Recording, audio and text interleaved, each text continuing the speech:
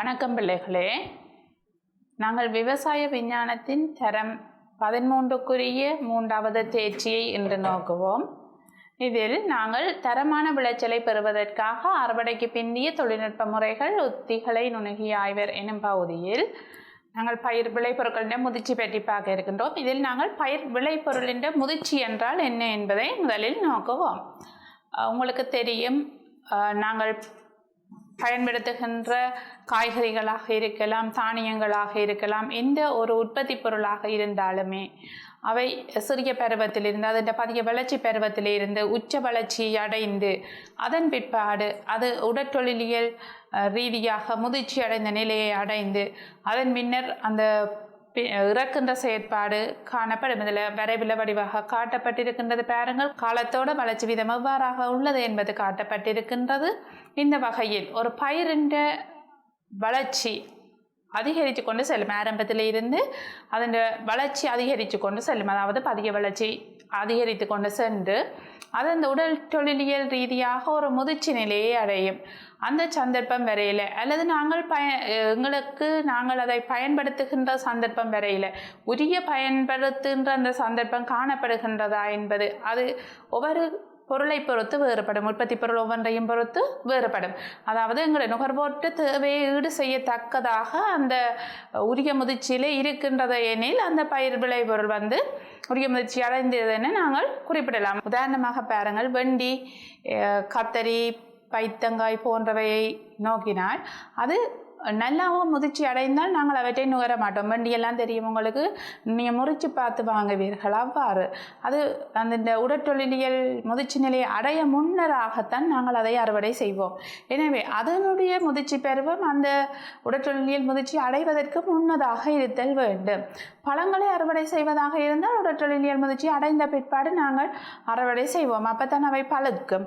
எங்களோட தேவைக்கு ஏற்ற வகையில் நாங்கள் இந்த பயிரின் முதிர்ச்சியை நாங்கள் தீர்மானிக்கக்கூடியதாக இருக்கும். அந்த வகையில் நாங்கள் பார்ப்போம், யாதாயினும் ஒரு பயிர் அதன் உடற்தொழிலியல் வளர்ச்சியை பூர்த்தி செய்யும் சந்தர்ப்பம், அதாவது பயனுள்ள ஒரு உற்பத்தியை தரமளவுக்கு வளர்ச்சி அடைந்துள்ள சந்தர்ப்பம், அல்லது நுகர்வோர் யாதாயினும் தேவையை ஈடு செய்யத்தக்கதாக வளர்ச்சி அடைந்துள்ள சந்தர்ப்பம் விளைபொருளின் முதிர்ச்சித்தன்மை என்பதற்கு நாங்கள் வரைவிலக்கணமாக கொடுக்கலாம்.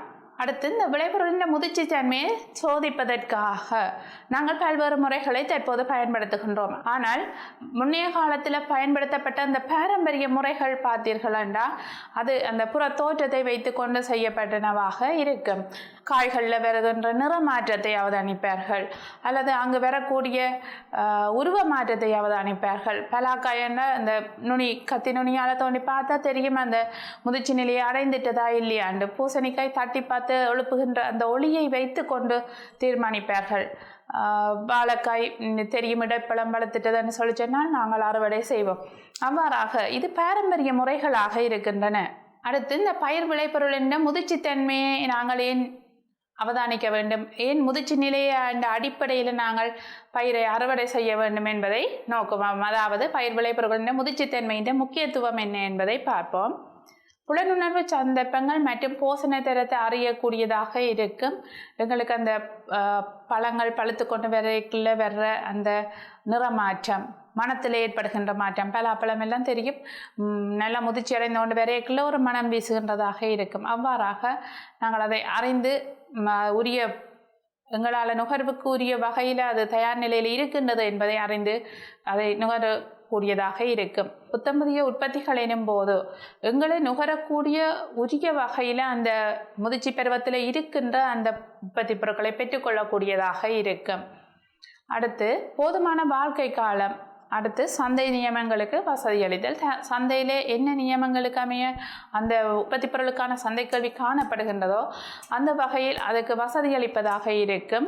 நாங்கள் உரிய முதிர்ச்சியில் அறுவடை செய்யும் போது அதற்கு வசதி அளிப்பதாக இருக்கும். அடுத்து, நாங்கள் பயிர் விளைச்சல்களின் முதிர்ச்சித்தன்மையை துணியற காரணிகளை பற்றி நோக்குவோம்.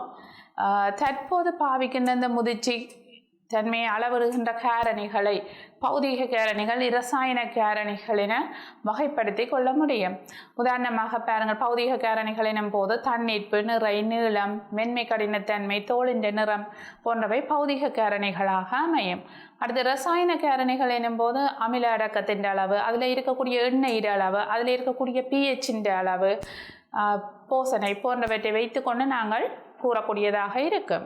இதில் நாங்கள் இந்த காரணிகளை ஒவ்வொன்றாக நோக்குவோம். பௌதிக காரணிகளில் தண்ணீர்ப்பு பார்த்தீங்கன்னா அது அறுவடை செய்யப்பட்ட அந்த பொருளினுடைய அடர்த்தி. நாங்கள் மாங்காயாக இருந்தால் மாங்காயை தண்ணீருக்குள்ளே போடும்போது பிஞ்சாக இருந்தால் மேலே மிதப்பதாகவும், நல்ல முற்றிய மாங்காயாக இருந்தால் கீழே அமிழ்வதாகவும் இருக்கும். அந்த வகையில் அதை வைத்துக்கொண்டு நாங்கள் முதிர்ச்சி பருவத்தை தீர்மானிக்கக்கூடியதாக இருக்கும். அடுத்து நிறை அதிகரித்து கொண்டு சென்று ஒரு கட்டத்துக்கு பிறகு அந்த நிறை அதிகரிக்காது. ஏன்னா அந்த பதிய வளர்ச்சி பருவம் முடிஞ்சிருக்கு. நாங்கள் கிராஃபில் ஏற்கனவே பார்த்துருந்தோம். அந்த பதிய வளர்ச்சி பருவம் முடிஞ்ச பிறகு அது நிறை அதிகரிப்பதற்கு சந்தர்ப்பம் இல்லை. எனவே அந்த நிறையை வைத்துக்கொண்டு நாங்கள் தீர்மானிக்கலாம். அடுத்து நீளத்தை வைத்துக்கொண்டு தீர்மானிக்கலாம். புடலங்காய், பைத்தங்காய் போன்றவற்றை அவற்றின் உரிய நீளம் அடைந்திருக்கின்றதாக இருந்தால் சரியானதாக இருக்கும். முதிர்ச்சிக்கு பொருத்தமான நீளத்தை அடைந்திருப்பதாக இருக்கும்.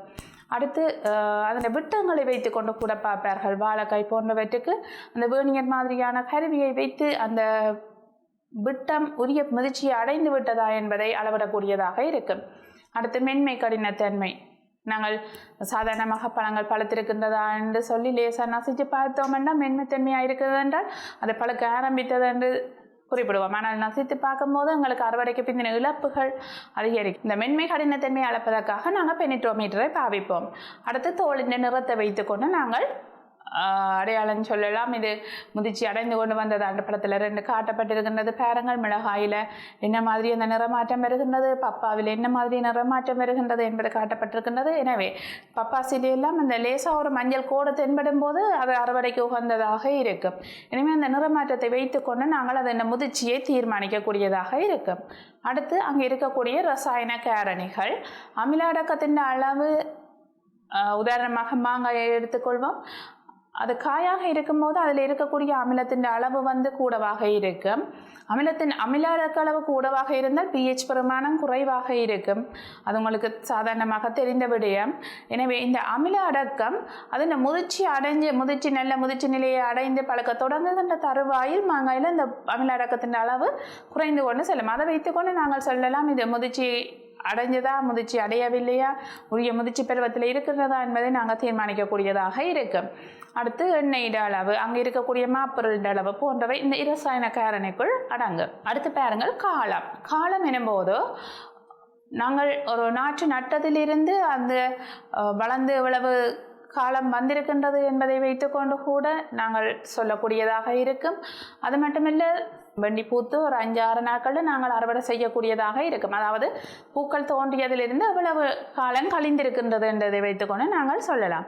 எனவே அவற்றை வைத்துக்கொண்டது இந்த பூந்துணர் உருவாகின்ற காலம், நாற்று நட்டதிலிருந்து எவ்வளவு காலத்தில் இருக்கின்றது, மாவெல்லாம் பார்த்தீங்கன்னு சொல்லி சொன்னால் பூந்துணர் உருவாகினதிலிருந்து ஒரு 3 மாதத்துக்கு பின்னர் அந்த மாம்பழங்களை அந்த உரிய முதிர்ச்சியை அடைந்திருப்பதை அவதானிக்கக்கூடியதாக இருக்கும். எனவே காலத்தை வைத்துக்கொண்டு நாங்கள் இந்த முதிர்ச்சியை தீர்மானிக்கலாம். அடுத்து உடற்தொழிலியல் தன்மை. இங்கே உடற்தொழிலியல் தன்மை எனும்போது சுவாச வீதம், எதிலின் அளவு போன்றவற்றை நாங்கள் குறிப்பிடலாம். காயாக இருக்கும்போது எதிலின் உற்பத்தியாகின்ற அளவு குறைவாக இருக்கும். அது உடல் தொழிலியல் முதிர்ச்சி அடைந்த நிலையில் எதிலின் உருவாகின்ற அளவு கூடவாக இருக்கும். அதன் காரணமாக பழுத்தல் அங்கு தூண்டப்படுகின்றது. அந்த வகையில் உடற்தொழிலியல் தன்மைகளை வைத்துக்கொண்டு நாங்கள் முதிர்ச்சியை தீர்மானிக்கலாம். அடுத்து பயிர் விளைபொருட்களின் முதிர்ச்சி சுட்டியை பார்ப்போம். முதிர்ச்சி சுட்டி என்பது நாங்கள் ஒரு விளைபொருளை, பயிர் விளைபொருளை அறுவடை செய்வதற்காக நாங்கள் ஏதோ ஒரு முதிர்ச்சி நிலையை அடைந்துட்டதா என்று பார்க்கறதுக்கு ஏதோ ஒரு சுட்டியை வைத்து கொண்டு தான் பார்க்கின்றோம்.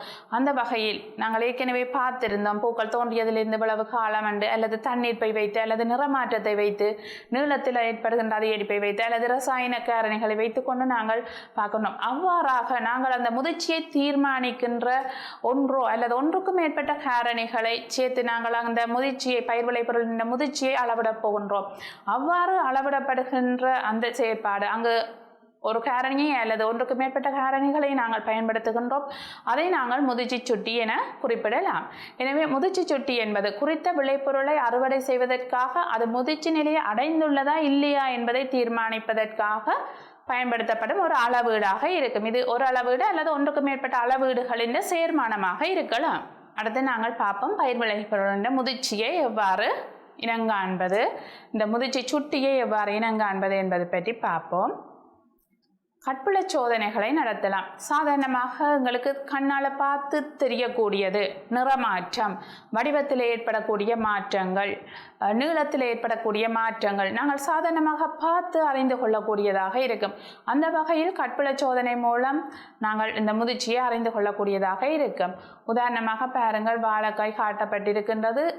பிஞ்சாக இருக்கும்போது அந்த வாழைக்காயில் பட்டம் பட்டமாக கோணங்களை நீங்கள் அவதானிக்கக்கூடியதாக இருக்கும். ஒரு வாழைக்காய் எடுத்து குறுக்க வெட்டினீர்களாக இருந்தால் அதில் கோணங்களை காணக்கூடியதாக இருக்கும். ஆனால் அதுவே பழுத்து அந்த உரிய முதிர்ச்சி அடைந்த பிற்பாடு பார்த்தீங்கள் என்றால் உருண்டு திரண்டதாக, வெட்டும்போது கிட்டத்தட்ட ஒரு வட்ட வடிவம் தென்படுவதாக இருக்கும்.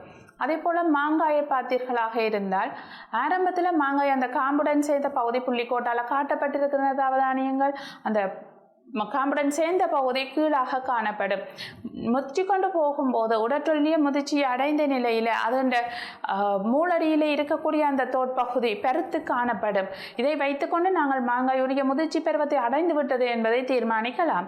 இதை விட தோலில் நிறமாற்றங்கள் ஏற்படும், பளபளப்பு தன்மையில் ஏற்படுற மாற்றங்கள், இவற்றை வைத்துக்கொண்டு நாங்கள் கட்புல சோதனை மூலம் இந்த முதிர்ச்சி சுட்டியை இனங்காணக்கூடியதாக இருக்கும். அடுத்து நாட்காட்டி நாட்களின் எண்ணிக்கைப்படி முதிர்ச்சியை தீர்மானிக்கின்றது. இதன்போது நாங்கள் பூக்கள் தோன்றியதிலிருந்து எவ்வளவு காலம் கழிந்துள்ளது அல்லது பூந்துணர் தோன்றியதிலிருந்து எவ்வளவு காலம் கழிந்துள்ளது என்று பார்ப்போம். அது நாட்களாக இருக்கலாம், வாரங்களாக இருக்கலாம், அது பயிரை பொறுத்து வேறுபடும். இங்கு உதாரணமாக சொல்லப்பட்டிருக்கின்றது பாருங்கள், கதலி வாழைக்குலையில முதலாவது சீப்பு உருவாகிய காலந்தொட்டு உள்நாட்டு சந்தைக்காக இருந்தால் நாங்கள் 13 வாரங்களில் அறுவடை செய்யலாம். அதே வெளிநாட்டு சந்தையாக இருந்தால் 12 வாரங்களில் அறுவடை செய்ய வேண்டி இருக்கும். ஏனென்ற வெளிநாட்டு சந்தையின் போது அங்கே போக்குவரத்து கூடிய தகைப்புக்குள்ளாகக்கூடிய சந்தர்ப்பம் காணப்படுகின்றபடியால் அது கொஞ்சம் ஒரு கிழமை முன்னதாக அறுவடை செய்ய வேண்டிய காணப்படும். அடுத்து நாங்கள் அந்த முதிர்ச்சி சுட்டி அளவிடலில் கடினமென்மைத்தன்மையை எவ்வாறு அளவிடுதல் என்பதை பார்ப்போம். இதற்காக நாங்கள் ஃபேர்ம்னஸ் மீட்டர், நான் ஏற்கனவே சொல்லியிருந்தேன் பாருங்கள், படத்தில் மேலே காட்டப்பட்டிருக்கின்றது. இதில் வட்ட வடிவான ஒரு மணி இந்த கீழ்ப்பகுதியில் சிறிய கூர் மாதிரி காணப்படும். அதை நாங்கள் அந்த அளவு எந்த பழத்தினுடைய அல்லது எந்த விளைபொருளினுடைய முதிர்ச்சியை அளவிட வேண்டுமோ, கடினமென்மைத்தன்மையை அளவிட வேண்டுமோ அந்த படத்தில் காட்டப்பட்ட மாதிரி நீங்கள் அதில் அந்த ஃபேர்ம்னஸ் மீட்டரை பயன்படுத்தி அமர்த்தும் போது அங்கு நீங்கள் எவ்வளவு விசையை பிரயோகிக்கின்றீர்கள், அதாவது அந்த ஊசி மாதிரி காணப்படுகின்ற அந்த பகுதியை அந்த பழத்தினுள் செலுத்துவதற்கு எவ்வளவு விசையை பிரயோகிக்கின்றீர்களோ அதில் மேலே காட்டப்பட்டிருக்கின்ற மானியில் நீங்கள் வாசிப்பை பெற்றுக்கொள்ளக்கூடியதாக இருக்கும். இது நீங்கள் பிரயோகிக்கின்ற விசை, அந்த அமுக்கம் எவ்வளவு அமுக்கம் பிரயோகிக்கிறீர்கள் என்பதை வைத்துக்கொண்டு இது மென்மைத்தன்மையுடையதா கடினத்தன்மையுடையதா என்பதை நாங்கள் தீர்மானிக்கக்கூடியதாக இருக்கும். அடுத்தது சாயல், நிறம். தக்காளி பொதுவாக நாங்கள் அந்த நிறம் மாற்றமடைந்த, அதாவது பழுக்க தொடங்குகின்ற தருவாயில் அறுவடை செய்வோம். அந்த வகையில் தக்காளியில் ஏற்படுகின்ற நிறம் மாற்றம் பழத்தில் காட்டப்பட்டிருக்கின்றது. நன்றாக பழுத்த பிறகு அறுவடை செய்தமென்றால் எங்களுக்கு இழப்புகள் கூடவாக இருக்கும். ஏனென்றால் சரியான மென்மைத்தன்மையுடையதாக இருக்கும். கொண்டு செல்லும் போது போக்குவரத்தில் சரி கையாளலின் போது இழப்புகள் ஏற்படும். அந்த வகையில் நாங்கள் பழுக்க ஆரம்பிக்கின்ற தருவாயில் நாங்கள் அறுவடையை மேற்கொள்வோம். அடுத்து தண்ணீர்ப்பு. தண்ணீர்ப்பு என்பது இந்த பயிர் விளைபொருளின் அடர்த்தியை வைத்துக்கொண்டு நாங்கள் முதிர்ச்சியை அடைந்துட்டதா அல்லது முதிர்ச்சியை அடையவில்லையா என்பதை தீர்மானிக்க உதவுவதாக இருக்கும். முதிர்ந்த மாங்காய்கள் பொதுவாக நீரில் அமிழ்வதுடன் பிஞ்சாக இருக்கக்கூடிய மாங்காய்கள் நீரில் மிதக்கும். அப்போ நாங்கள் பிடுங்கி தண்ணியில் போட்டு பார்த்தா தெரியும் எங்களுக்கு இவை உடற்தொழிலியல் முதிர்ச்சி அடைஞ்சிருக்கின்றதா அல்லது அடையவில்லையா என்பதை, உரிய முதிர்ச்சி பருவத்தை அடைந்திருக்கின்றதை நாங்கள் தீர்மானிக்கக்கூடியதாக இருக்குது. அடுத்து அளவு.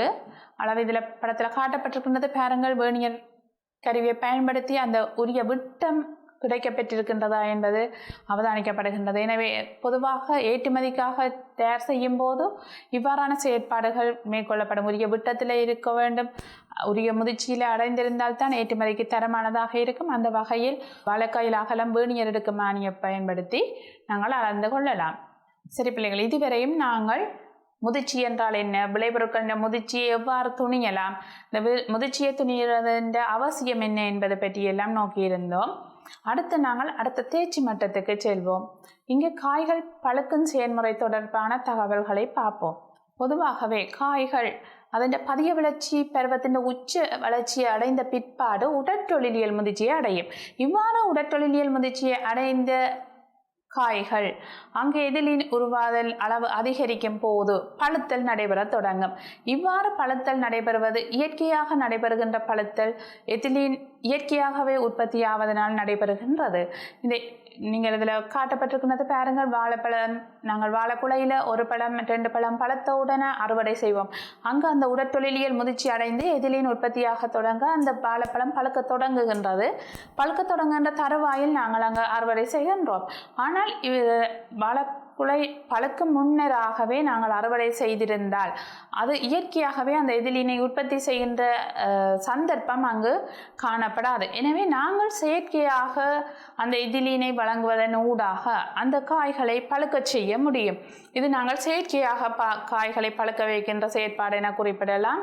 இந்த செயற்கையாக காய்களை பழுக்க வைப்பதற்காக நாங்கள் புகையூட்டலாம் அல்லது அதுக்குரிய ரசாயன பதார்த்தங்களை பயன்படுத்தலாம்.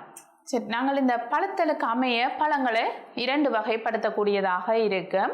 எல்லை உச்ச பழங்கள், எல்லை உச்சமற்ற பழங்கள் என 2 வகைப்படுத்தலாம்.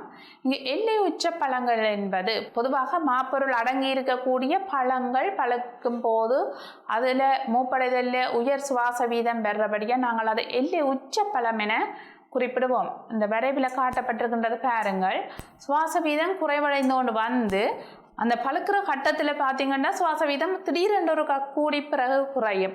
இவ்வாறு அந்த விரைவு காணப்படுகின்றது. எனவே இந்த பழங்கள் பொதுவாக இந்த மாப்பொருள் அடங்கி இருக்கக்கூடிய பழங்களில் இவ்வாறான ஒரு செயற்பாடு இடம்பெறும். இந்த பழங்களை நாங்கள் எல்லை உச்ச பழங்கள் என வகைப்படுத்தி கொள்ள முடியும்.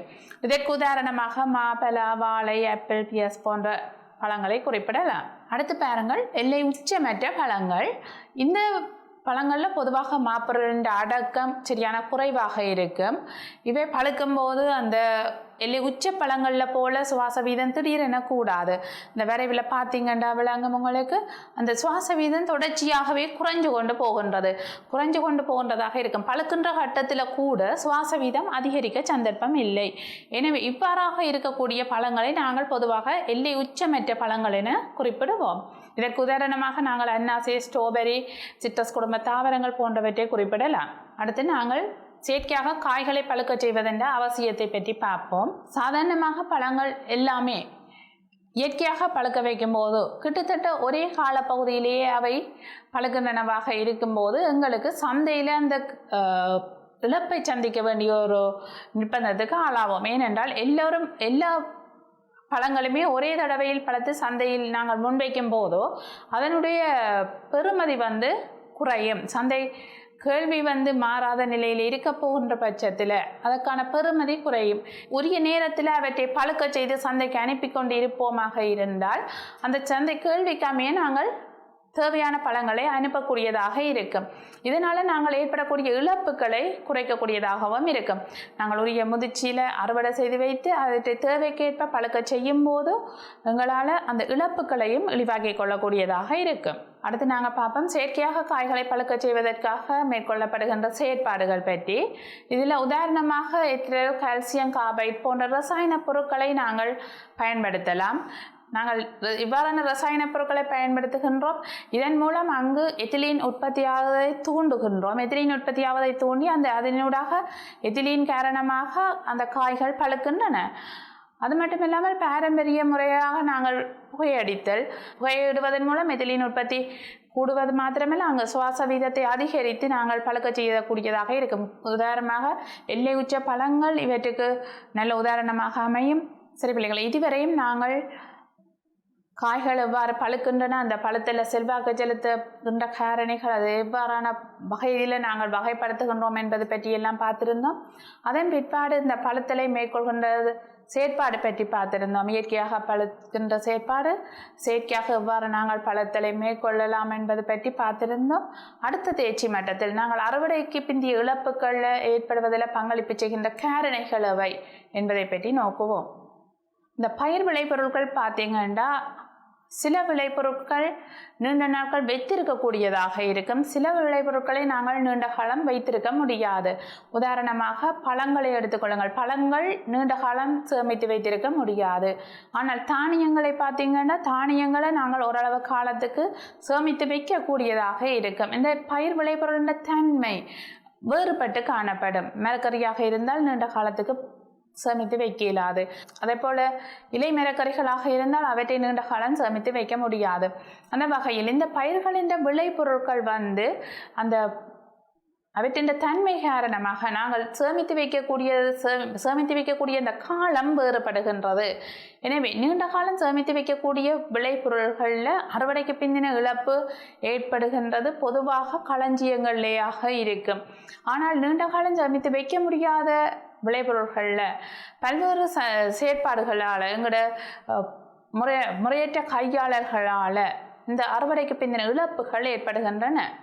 சரி, நாங்கள் இந்த அறுவடைக்கு பிந்தின இழப்பு என்றால் என்ன என்பதை பற்றி பார்ப்போம்.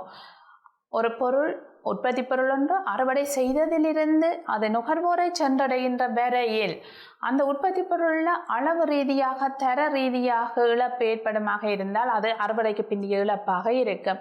அளவு ரீதியாக எனும்போது அந்த நிறை குறையடைகின்றது எனில் அது அறுவடைக்கு பிந்திய இழப்புத்தான். அதே போல் தர ரீதியாக எனும்போது அதன் தரம் குறைந்த இப்போ மரக்கறிகள் அறுவடை செய்தவுடனே நல்ல ஃப்ரெஷ்ஷாக இருக்கும். பின்னர் அந்த நீரிழப்பு காரணமாக அவற்றிலிருந்து நீர் ஆவியாவதன் காரணமாக அவை சுருங்கி அதனுடைய அந்த ஃப்ரெஷ்னஸ் இல்லாமல் போகும். இவ்வாறு இருக்கின்றது கூட அறுவடைக்கு பிந்திய இழப்பாக இருக்கும். அடுத்து அந்த அறுவடைக்கு பிந்திய இழப்புகள் நிகழ்வதற்கு ஏதுவான விடயங்களை நாங்கள் நோக்குவோம். அறுவடைக்கு பிந்தின இழப்பு வருகின்றது என்றால் அது அறுவடை செய்ததிலிருந்து நுகர்வோரை அடைகின்ற சந்தர்ப்பத்தில் ஏற்படுகின்ற இழப்பினை பார்த்திருந்தோம். ஆனால் அந்த சந்தர்ப்பத்தில் மாத்திரம் அந்த இழப்பு நிகழ்வதற்கு சாத்தியமில்லை. அந்த அறுவடை செய்யும் போது அந்த பொருளுடைய தரமானதா இருந்திருக்கின்றதா இல்லையா என்பதில் கூட அறுவடைக்கு பிந்திய இழப்பு தங்கி இருக்கின்றது. எனவே அந்த அறுவடை செய்யும் போது இருக்கின்ற அந்த தரம் அதனுடைய அந்த விளைபொருளினுடைய இயல்பு அறுவடைக்கு முந்திய சில காரணிகளில் தங்கி இருக்கும். அறுவடைக்கு முந்திய காரணிகள் எனும் போது அந்த பயிர் ஒழுங்காக நீர்ப்பாசனம் செய்யப்பட்டு வளர்க்கப்பட்டிருக்கின்றதா, அந்த பயிருக்கு தேவையான போஷணை உரிய சந்தர்ப்பத்தில் உரிய முறையில் கிடைத்திருக்கின்றதா, அங்கு அந்த பயிரில் பீடை கட்டுப்பாடுகள் ஒழுங்காக மேற்கொள்ளப்பட்டிருந்ததா என்ற போன்ற விடயங்கள் அங்கு செல்வாக்கு செலுத்த போகின்றது. இவ்வாறான சூழல்கள் எல்லாம் சீராக அமைந்து சீரான முறையில் அங்கு பொருள் உற்பத்தியாக இருக்குமாக இருந்தால் அந்த பொருள் தரமான பொருளாக இருக்கும்.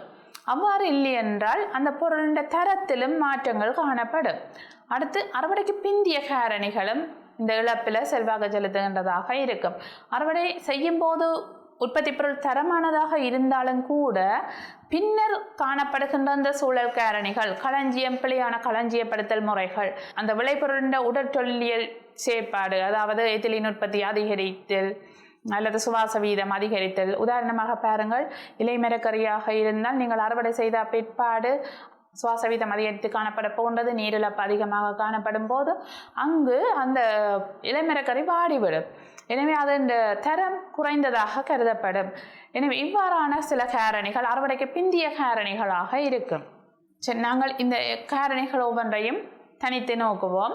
இதில் அறுவடைக்கு முந்திய காரணிகள், அறுவடைக்கு முந்தின காரணிகள் எனும் போது நாங்கள் பயிர் நிலத்தை தெரிவு செய்வதில் இருந்து அந்த விளைபொருளை அறுவடை செய்கின்ற வரையில் நடைபெறுகின்ற அந்த சகல செயற்பாடுகளிலும் எங்களோட உற்பத்தி பொருளுக்கு ஏதாவது ஒரு சந்தர்ப்பத்தில் அதன் தரத்தை இருக்குமாக இருந்தால் அது அறுவடைக்கு பின்னே இழப்பை தூண்டுவதாக இருக்கும். அந்த காரணிகளை ஒவ்வொன்றாக நோக்குவோம். பாருங்கள், பயிற்சியின் நோக்கம் என்ன, நோக்கத்தின் அடிப்படையில் இந்த பயிற்சிகை மேற்கொள்ளப்படுகின்றது என்பது அங்கோட தரத்தில் செல்வாக்கு செலுத்த போகின்றது. உதாரணமாக அன்னாசி செய்கையை எடுத்துக்கொள்வோம். இந்த அன்னாசி செய்கையில் நாங்கள் தகரத்தில் அடிக்கின்ற அந்த நோக்கத்துக்கு ஆகத்தான் அந்த பழத்தை உற்பத்தி செய்கின்றோமாக இருந்தால் அதற்குரிய வர்க்கத்தை நாங்கள் தெரிவு செய்ய வேண்டி இருக்கும். அன்னாசியில் பல வர்க்கங்கள் காணப்படும். அந்த வர்க்கத்தில் நாங்கள் பொருத்தமான வர்க்கத்தை தகரத்தில் அடைப்பதற்கு பயன்படுத்த வேண்டும். அது மட்டுமல்லாமல் எங்களோட நோக்கம் நீண்ட தூரத்துக்கு கொண்டு செல்ல வேண்டிய அப்படியான ஒரு தேவை இருக்குமாக இருந்தால் தக்காளி பேதங்கள் அதற்குரிய தகைப்பை தாங்கக்கூடிய தக்காளி பேதங்களை தெரிவு செய்து கொள்ள வேண்டும். அந்த வகையில் நாங்கள் அந்த பயிற்சியின் நோக்கத்துக்கு அமைய அதற்குரிய பேதங்களை நாங்கள் தெரிவு செய்து நடுகை செய்தல் அவசியமாக இருக்கும். அடுத்து பிரதேசத்துக்கு பொருத்தமான பயிர்களை தெரிவு செய்ய வேண்டும். உதாரணமாக பாருங்கள், யாழ்ப்பாணத்தில் கரட் போன்றவை செய்கின்றோம். அதே நேரம் மலைநாட்டிலிருந்து வருகின்ற கரட்டுக்கு அங்கு தரமான உற்பத்தி பொருளாக அதற்கு கேள்வி அதிகமாக காணப்படுகின்றது. ஏனென்றால் அங்குள்ள இந்த சாதகமான காலநிலை அவ்வாறான பயிர்களுக்கு அதன் விளைச்சலின் தரத்தை அதிகமாக காட்டுகின்றது. அதே கரட்டை நாங்கள் யாழ்ப்பாணத்தில் செய்யும் போது அங்கு பொருத்தமற்ற காலநிலை காணப்படுகின்றதன் காரணமாக சிறிய நேர்த்தன்மை ஒன்று அங்கு காணப்படுவதன் காரணமாக அந்த தரம் குறைவாக இருக்கின்றது. அந்த வகையில் யாழ்ப்பாணத்தில் மாம்பழம் போன்றவை சுவையானதாக இருப்பதற்கு அதனுடைய காலநிலை காரணமாக இருக்கின்றது. அந்த வகையில் நாங்கள் பிரதேசத்துக்கு பொருத்தமான பயிர்களை தெரிவு செய்தல் அவசியமாக இருக்கும். அடுத்து உயர்தரமான நடுகை பொருட்களை நாங்கள் தெரிவு செய்ய வேண்டும். உதாரணமாக பாருங்கள், நெல்லுடன் புல்லுகளின் வித்துக்கள் சேர்ந்து காணப்படுமாக இருந்தால் அந்த நடுகை பொருளை நாங்கள் நடுகை செய்யும் போது அங்கு களைகள் பெருகும். அவ்வாறு களைகள் பெருகும் போது நாங்கள் அறுவடை செய்யும் போதும் அவற்றின் வித்துக்கள் சேர்ந்து வருவதற்கான சந்தர்ப்பம் இருக்கும். அவ்வாறு சேர்ந்து வரும்போது நெல்லினுடைய தரத்தை அல்லது அரிசியினுடைய தரத்தை அது குறைத்துவிடும். அந்த வகையில் தரமான நடுகை பொருளை நாங்கள் தெரிவு செய்து பயன்படுத்தல் அவசியமாக இருக்கும். அடுத்து பயிர் நிலத்தில் இதற்கு முன்னம் என்ன பயிர் செய்த நாங்கள் என்பது கூட எங்களோட அறுவடைக்கு பின்ன தரத்தை பாதிப்பதாக இருக்கின்றது. அடுத்து நீர் பாய்ச்சுதல். நீர்ப்பாசனம் ஒரு பயிற்சிகையில் நீர்ப்பாசனம் மிகவும் இன்றியமையாததாக இருக்கும். நாங்கள் உரிய நீர்ப்பாசன இடைவெளியில் தேவையான அளவு நீரை பயிருக்கு வழங்கி கொண்டிருக்க வேண்டும். அதனுடைய பதிய வளர்ச்சி காலம் தொடக்கம் பூக்கிற பருவமாக இருக்கலாம், சரி அங்கால முதிர்ச்சி பருவமாக இருக்கலாம், அங்கு நாங்கள் உரிய அளவில் தேவையான அளவில் நாங்கள் நீரை வழங்க வேண்டும். அவ்வாறு இல்லாமல் அளவுக்கு அதிகமாக நீர்ப்பாசனம் செய்வோமாக இருந்தால் பயிர் விளைச்சல் இந்த தன்மை மாறுபடும். அங்கு இருக்கக்கூடிய திண்ம கூறுகளின் அளவு மாறுபடுவதாக இருக்கும். சில பயிர்களில் பார்த்தீங்கன்னா நுண்ணீர் தாக்கம் அதிகரிக்கும். ஏனென்றால் ஈரலிப்பு கூடவாக இருந்த நுண்ணங்கிகளின் வளர்ச்சி அங்கு கூடவாக இருக்கலாம். அடுத்து நீர்ப்பாசன வேகம் அளவு என்பன அதிகரிக்கும் போது இலைகள் மற்றும் பழங்களில் அறுவடைக்கு பிந்தின இழப்புகள் காணப்படுவதற்கான சந்தர்ப்பம் இருக்கின்றது. அடுத்து உவர்த்தன்மையான நீரை நாங்கள் நீர்ப்பாசனம் செய்தோமாக இருந்தால் பழங்களில் அறுவடைக்கு பிந்தின இழப்புகள் ஏற்படலாம்.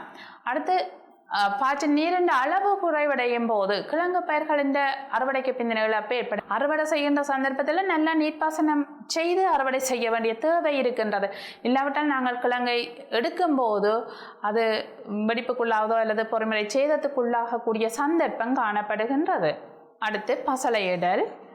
இது அறுவடைக்கு முந்தின காரணிகள் பார்த்து கொண்டிருக்கின்றோம். அந்த வகையில் தாவரத்துக்கு நாங்கள் செய்கின்ற அந்த பயிருக்கு தேவையான போஷணை தேவையான காலத்தில் கிடைக்க வேண்டும், தேவையான அளவில் கிடைக்க வேண்டும். அவ்வாறு கிடைக்காத பட்சத்தில் தாவர ஏதோ ஒரு பற்றாக்குறைக்கு ஆளாக வேண்டிய நிர்பந்தம் காணப்படும் போது அதனுடைய விளைச்சல் குறைவடைய போகின்றது. அவ்வாறு நாங்கள் போஷணையை வழங்குகின்றோம் என்று அதிக அளவில் வழங்குவோமாக இருந்தால் அது சில வேளை தாவரத்துக்கு நஞ்சாக அமைந்து அது கூட விளைச்சலை குறைப்பதாக இருக்கும். உதாரணமாக நைட்ரஜன் பசலை அதிகமாக இடுவோமாக இருந்தால் இலை மரக்கறி தாவரங்களில் தாவரம் நல்ல மதாளிப்பாக வளர்வதன் காரணமாக நொறுங்குற தன்மை காணப்படும். அவ்வாறு நொறுங்குற தன்மை காணப்படும் போது அறுவடைக்கு பின்னர் இழப்பு அதிகரிக்கும். அடுத்து பாருங்கள், நோய்பீடை தாக்கம். நோய்பீடை தாக்கம் பயிரில் அதிகமாக காணப்பட்டால் விளைச்சல்லையும் அதன் தாக்கம் காணப்படும். விளைச்சல் குறைவாக இருக்கும். உதாரணமாக இந்த குத்தியுறிஞ்சுகின்ற பூச்சிகள் நெல்லின் பால் பருவத்தில் குத்தியுறிஞ்சுமாக இருந்தால் பதர் நெல்கள் அதிக அளவில் உருவாக்கப்படும். இவ்வாறாக அந்த நோய்பீடை தாக்கம் அதிகரிக்கும் போது விளைச்சலின் தரத்தில் அளவில் குறைவடைவதற்கான சந்தர்ப்பம் காணப்படுகின்றது. அது மட்டுமல்ல, அந்த அறுவடையின் சுவை உள்ளடக்கம் மற்றும் பேர்ந்த காலம் குறைவடைவதற்கான சந்தர்ப்பம் காணப்படுகின்றது. அடுத்து விவசாய ரசாயன பயன்பாடுகள். இந்த நாங்கள் பயன்படுத்துகின்ற விவசாய ரசாயன பொருட்கள் இயன்ற வரையில் சேதன பொருட்களாக இருந்தால் நெல்லம் ரசாயன பொருட்களை பாவிக்கும் போது அங்கு அந்த ரசாயனங்கள் எங்களோட பயிர் விளைச்சல்ல தேங்கி இருக்குமாக இருந்தால் அது எங்களுடைய பயிர் விளைச்சலின் தரத்தை குறைப்பதாக இருக்கும். அறுவடைக்கு பின்ன இழப்பை அதிகரிப்பதாக இருக்கும். ரசாயனங்களோட பயன்பாடை நாங்கள் இயன்ற வரைக்கும் குறைத்து கொள்ளுதல் அவசியமாக இருக்கும். அடுத்து கத்தரித்தல், பயிற்றுவித்தல். நாங்கள் அந்த கொடி வகை தாவரங்களை உரிய வகையில் பயிற்றுவிக்கும் போது தரமான காய்களை பெற்றுக்கொள்ளக்கூடியதாக இருக்கும். தேவையற்ற கிளைகளை கத்தரித்தல் அல்லது தேவையற்ற பகுதிகளை கத்தரித்தல் மூலம் நாங்கள் தரமான விளைச்சலை பெற்றுக்கொள்ளக்கூடியதாக இருக்கும். உதாரணமாக பப்பாசியை பாருங்கள், பப்பாசியில் ஏராளமான பூக்கள் வந்திருக்கும். அவ்வாறு ஏராளமான பூக்கள் இருக்கும்போதோ அந்த உருவாகின்ற அந்த காய்கள் சிறிய சிறிய காய்களாக உருவாகும். அந்த வகையில் நாங்கள் இடையிடையே 1-2 பூக்களை தட்டி விடுவோமாக இருந்தால் அங்கு இருக்கக்கூடிய காய்கள் அனைத்துமே உரிய பருமனை அடையக்கூடிய வசதியை நாங்கள் செய்து கொடுக்கக்கூடியதாக இருக்கும். அதே நேரம் அவ்வளவு பூக்களும் நாங்கள் விளைச்சல் வருமென்று விட்டோமாக இருந்தால் வருகின்ற அந்த விளைச்சல் ஒவ்வொன்றுமே சிறிய சிறிய பழங்களாகத்தான் இருக்க போகின்றது. எனவே இந்த கத்தரித்தல் அறுவடைக்கு பின்ன இழப்பில் செல்வாக்கு செலுத்துகின்றதாக இருக்கும். அடுத்து வானிலை காரணிகள். வானிலை காரணிகள் எனும்போது ஒளி, வெப்பம், ஈரப்பதன், மழைவீழ்ச்சி என்பவற்றை குறிப்பிடலாம். அறுவடை செய்கிறதுக்கு முன்னம் இருக்கக்கூடிய இந்த காரணிகள் ஒவ்வொன்றுமே அறுவடைக்கு பின்னர் இழப்பில் பெருமளவில் செல்வாக்கு செலுத்த போகின்றது. நாங்கள் இவற்றை ஒவ்வொன்றாக நோக்குவோம். பாருங்கள், ஒளி எவ்வாறு செல்வாக்கு செலுத்துகின்றது என்று. அன்னாசியில் உதாரணமாக அன்னாசியை பார்ப்போம். இந்த அன்னாசியில் ஒளி அதிக அளவு கிடைக்கும் போது அந்த பழங்கள் இனிப்பு சுவையுடையவாகவும், ஒளி மிகவும் குறைவாக கிடைக்கும் போது அந்த பழங்கள் புளிப்பு சுவையுடையனவாகவும் மாற்றம் பெறும். அந்த வகையில் அது தரத்தில் செல்வாக்கு செலுத்த போகின்றது. அடுத்து வெப்பநிலை அதிகரிக்கும் போது தாவரங்களின் விளைச்சல் தரம் குறைவடையும். வெப்பநிலை மிதமான வெப்பநிலையில் இருக்கும்போது அந்த பயிர் தாவரம் நல்ல சிறந்த தரமான விளைச்சலை தரக்கூடியதாக இருக்கும். அறுவடைக்கு முன்னரான காரணிகள் எனும் போது அறுவடைக்கு முன்னர் இந்த சாரீரப்பதன் அதிகமாக இருப்பதன் காரணமாக, அதாவது களத்தில் சாரீரப்பதன் அதிகமாக இருப்பதன் காரணமாக பீடைத்தாக்கம், பங்கஸ் தாக்கம் அதிகரிப்பதற்கான சந்தர்ப்பம் உள்ளது. அடுத்து மழை வீழ்ச்சி. சில சந்தர்ப்பங்களில் மழை வீழ்ச்சி அதிக அளவில் கிடைக்கும் போது எங்களுக்கு தரத்தில் பாதிப்பை ஏற்படுத்தும். உதாரணமாக மா பூத்து இருக்கின்ற நேரத்தில் அந்த மழை அதிக சரிவான மழை கிடைக்குமாக இருந்தால் அது அந்த விளைச்சலின் அளவை குறைப்பதாக இருக்கும். அதே நேரம் அதன் தரமும் குறைவடைவதற்கான சந்தர்ப்பம் காணப்படுகின்றது. இதில் நாங்கள் இதுவரையும் அறுவடைக்கு பின்னர் இழப்பில் செல்வாக்கு செலுத்துகின்ற அறுவடைக்கு முந்தின காரணிகள் பற்றி நோக்கி இருந்தோம். இனி நாங்கள் அறுவடைக்கு பிந்தின காரணிகள் என்ன என்பதை பார்ப்போம். அதாவது அறுவடைக்கு பிந்திய இழப்பில் செல்வாக்கு செலுத்த போகின்ற அறுவடைக்கு பிந்திய காரணிகள் எவை என்பதை நோக்குவோம். அறுவடைக்கு பிந்திய காரணிகள் என்னும்போது நாங்கள் அறுவடை செய்ததுக்கு பிறகு நுகர்வோர் அடைகிறதுக்கு இடையிலே என்னென்ன பிரச்சனைகள் வரலாம். அறுவடை செய்த பிறகு சூழலின் வெப்பநிலை, சூழலின் ஈரலிப்பு, வழியின் கட்டமைப்பு போன்றன செல்வாக்கு செலுத்த போகின்றன. உதாரணமாக பாருங்கள், வெப்பநிலை. நீங்கள் அறுவடை செய்கின்ற பொருள் பொதுவாக நாங்கள் இலைமறைக்கறிகளாக இருக்கட்டும், காய்கறிகளாக இருக்கட்டும், காலை வேளையில் அறுவடை செய்வது மிகவும் பொருத்தமானதாக இருக்கும். அவ்வாறு அறுவடை செய்யும் போது வெப்பநிலை குறைவாக இருக்கும். நீங்கள் இலைமறைக்கறி ஒன்றை அறுவடை செய்கின்றீர்கள், காலையில் அறுவடை செய்கின்றீர்கள், நீங்கள் மதியம் அதை கொண்டு செல்கின்றீர்களாக இருந்தால் மதியம் வெப்பநிலை கூடவாக இருக்கும். அது மட்டுமல்லாமல் அந்த இலைமறைக்கறி சுவாசத்தின் காரணமாக வெளிவிடுகின்ற வெப்பமும் அங்கு காணப்படும். எனவே அந்த தொகுதியில் அந்த கூடையில் வெப்பநிலை அதிகரித்து காணப்படும். இதன் காரணமாக அந்த இலைமரக்கறி வாடிவிடுவதற்கான சந்தர்ப்பம் இருக்கின்றது. அதுபோல ஈரப்பதன், நீங்கள் களஞ்சியத்தில் வைத்திருக்கின்றீர்கள், தானியங்களை களஞ்சியப்படுத்தி வைத்திருக்கின்றீர்கள், ஈரப்பதன் அதிகமாக இருந்தால் முளைத்து விடுவதற்கான சந்தர்ப்பம் இருக்கின்றது. அது மட்டுமில்லாமல் வளியின் கட்டமைப்பு எனும் போது நாங்கள் பொதுவாக கருதுவது கார்பனீரொட்சைட் ஆக்சிஜன் விகிதம். கார்பனீரொட்சைட்டின் அளவு அதிகமாக காணப்படுமாக இருந்தால் களஞ்சியத்தில் ஆய்காலம் அதிகமாக வைத்திருக்கக்கூடியதாக இருக்கும். ஆனால் ஆக்சிஜன் அளவு கூடவாக இருக்குமாக இருந்தால் சுவாசம் விரைவாக நடப்பதன் விளைவாக அங்கு முளைத்தல் தூண்டப்படுவதாக இருக்கும். அடுத்து நாங்கள் அறுவடைக்கு பிந்தின இழப்பில் செல்வாக்கு செலுத்துகின்ற உடற்தொழிலியல் காரணிகள் என்பதை நோக்குவோம். உடற்தொழிலியல் காரணிகள் எனும் போது அங்கு சுவாசம், ஆவியீர்ப்பு, எத்திலீன் உற்பத்தி, வளர்ச்சி விருத்தி போன்றவற்றை நாங்கள் பார்க்க முடியும். நாங்கள் வளர்ச்சி விருத்தியில் பார்த்திருந்தோம் காலத்தோடு எவ்வாறு பதிய வளர்ச்சியில் உச்ச பதிய வளர்ச்சி நிலையை அடைந்து உடற்தொழிலியல் முதிர்ச்சி அடைகின்றது என்பதை பார்த்திருந்தோம். அந்த உரிய சந்தர்ப்பத்தில் எங்களுக்கு தேவையான விளைபொருள் என்ன முதிர்ச்சி அடைந்திருக்க வேண்டுமோ அந்த உரிய சந்தர்ப்பம் வரையில் அது வளர்ச்சி அடைந்திருக்கின்றது என்பது இந்த வளர்ச்சியின் விருத்தியினாலும் கருதப்படுகின்றது. அடுத்து எத்திலீன் உற்பத்தி அந்த உடற்தொழிலியல் முதிர்ச்சி அடையும் போது அது எத்திலீன் உற்பத்தியை அதிகரிப்பதாக இருக்கும். அந்த எத்திலீன் உற்பத்தி அதிகரிக்கும் போது பழுத்தல் தூண்டப்படுகின்றது. அந்த வகையில் எதிலின் உற்பத்தி பழுத்தல் அல்லது எங்களை அறுவடைக்கு பிந்தின இழப்பில் செல்வாக்கு செலுத்த போகின்றது. அடுத்து ஆவியீர்ப்பு. ஆவியீர்ப்பின் அளவு அதிகரிக்கும் போது காய்கறிகள் பழங்கள் பொதுவாக நீரடக்கம் கூடினவை நீரை இழப்பதன் காரணமாக அவற்றில் ஒரு சுருக்கம் ஏற்படுகும். இதன் காரணமாக அறுவடைக்கு பிந்தின இழப்பு ஏற்படலாம். அடுத்து சுவாசம். நாங்கள் அறுவடை செய்கின்ற பொருட்கள் எல்லாமே உயிருள்ள கலங்கள். அந்த உயிருள்ள கலங்கள் சுவாசத்தை மேற்கொள்வதன் காரணமாக வெப்பம் வெளிவிடப்படும். மாப்பொருள் கீழ்ப்படியாக பயன்படுத்தப்பட்டு அந்த சுவாசம் நடைபெறப் போகின்றது. எனவே இருக்கக்கூடிய அந்த மாப்பொருளின் அளவு குறைவடைவதற்கான சந்தர்ப்பம் காணப்படுகின்றது. அந்த வகையில் இந்த சுவாசம் அறுவடைக்கு பிந்தின இழப்பில் செல்வாக்கு செலுத்த போகின்றது. அடுத்து நாங்கள் பார்ப்போம் இந்த அறுவடைக்கு பிந்திய இழப்பில் செல்வாக்கு செலுத்துகின்ற உயிரியல் காரணிகள் என்பது. இந்த உயிரியல் காரணிகள் எனும்போது நாங்கள் நுண்ணங்கிகளையும் சொல்லலாம், பேரங்கிகளையும் சொல்லலாம். நுண்ணங்கிகள் ஃபங்கஸ் போன்றவை உணவு பலதரில் செல்வாக்கு செலுத்துகின்றது என்று பார்த்திருந்தோம். அந்த வகையில் பழங்கள் தானியங்கள் போன்றவற்றில் அவை அறுவடைக்கு பிந்தின இழப்பை ஏற்படுத்தலாம். அது மட்டுமல்ல இந்த பூச்சி பீடைகள் கொறியுயிரிகள் அறுவடைக்கு பிந்திய இழப்பை ஏற்படுத்தலாம். உதாரணமாக பல மரங்களில் அணில் போன்றவை இவ்வாறான சேதங்களை ஏற்படுத்துகின்றது. அது மட்டுமல்ல தானியங்கள் களஞ்சியங்களில் பொதுவாக எலி போன்றவை இழப்பை ஏற்படுத்துகின்றதாக இருக்கும்.